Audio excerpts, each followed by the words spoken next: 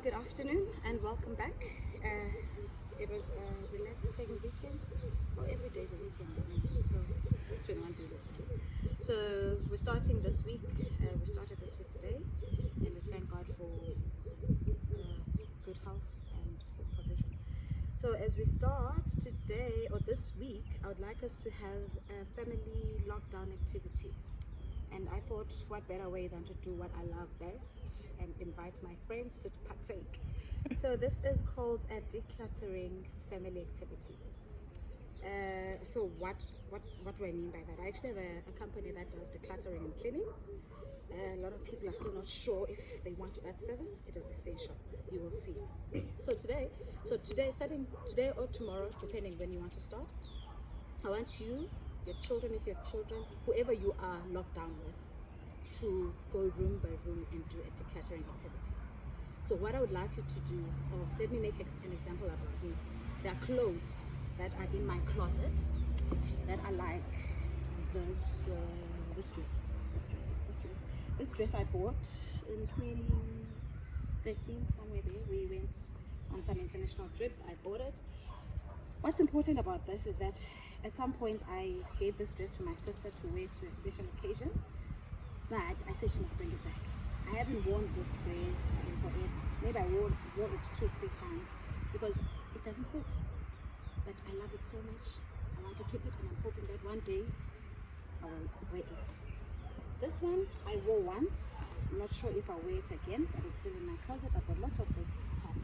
And this one, I bought it in a Woolworths sale. I always put it on and take it off immediately. So it's never seen the light. I think it's the first time it's seen the light. We've got for our children as well. So I bought these shoes that were on sale for my son who was still very young. And then we woke up this year, January, to say, this should fit. And they did fit, but he said it was sore, meaning that now we kept them too long, or we had too many stocked up, and we forgot about them. They were still in a box in his room. And same for this, he just never felt comfortable. So the nice thing about this is that at least we have another boy, he can still wear them. But there's clothes like that in our homes. In my home, everyone who lives in my house has 1, 3, 4 items that they're keeping, hoping they will lose weight, hoping that an occasion will come up, but these items are not used. So I want you to go find those items. So these are previously loved things. These are things that I knew they're wearable items. So the activity is to, and I'm hoping that you can do this with your children, because this is a lesson that is not in our CAPS curriculum or whatever curriculum that's there, of giving. And there's no lesson that says no hoarding. I've not heard of it. Do not hoard, do not give to others, and it's not good to have 20 pairs of shoes. You don't get that. So I want you to teach your children in this lockdown that it is okay to only have 2 pairs of shoes, because those are the ones that you really need. And once these no longer fit, we can give them to somebody else who will make use of them instead of keeping them so that our closets overflow. So this is what is going to happen. You're going to have, okay, let me take my items here. You're going to have 4 boxes. A keep, these are the things that you want to keep. This is donate. This you will take to a shelter or your church, if your church donates clothes or collects clothes for donation. These are the clothes that you sell. Here, what I want you to do, once you've collected all of those clothes that you're going to sell, you will decide with your children that now this is our selling pile. First weekend after lockdown, you will then have a garage sale. Call all your neighbors to come and look at your stuff and sell. Make money out of this, and you count it with your children. You take it and you save it. This is the money that you'll spend for your December holiday. Not sure. There are those you like, I still love it.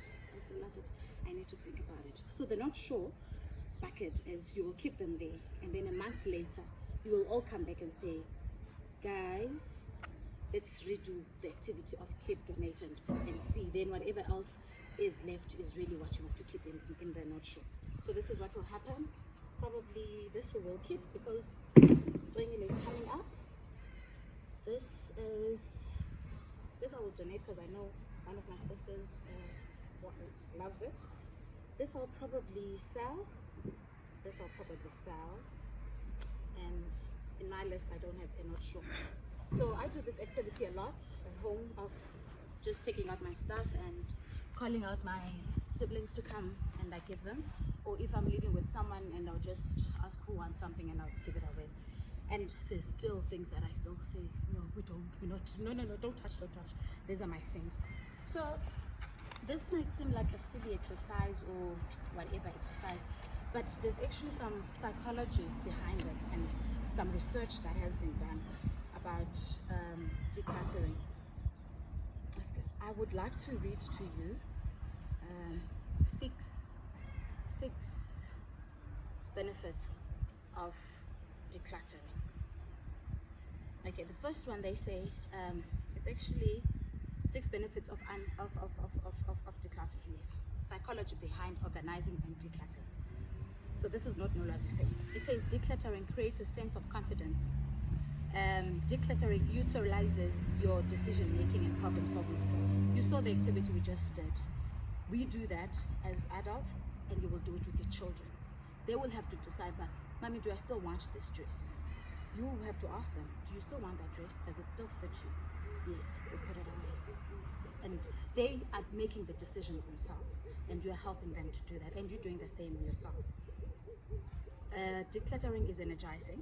This is related to the point above. When you make a series of quick decisions, you put yourself into getting things done mode. When you do this, you're likely to find that you feel energized enough to start kicking other things off your list. So it means that, ticking rather, other things off your to-do list. So you have this to-do list, you've been planning to do this for years and years and years, but now you actually go back and say, I've actually done this, check, and you've done it for everyone. It also, the third one is cleaning and organizing reduces anxiety. That's self-explanatory. Decluttering allows mind wandering and involves physical activity. If you've been concentrating on hard cognitive work, which you've been throughout the year, the first 2 months and the last year, on your job or elsewhere, giving your mind a chance to wander can help you generate further insight into whatever it was you were working on. So now you've given your time, your mind to just rest and do something else. You will never know the ideas that you'll come up with while you're doing this activity. That might even have a good impact into your real day-to-day job. Number 5, decluttering can reduce relationship and family tension. As you know, there's 21 days, there might be tensions here and there, but it says it can reduce that. Clutter can create family stress. You might argue about mess with your spouse or find yourself snapping at your children. If you spend 10 minutes looking for something and now running late, decluttering can reduce the stress. In this case, I can imagine how your children can just boom, take down the shoes on the floor, and you guys have to jump over, and repacking those things can take a lot.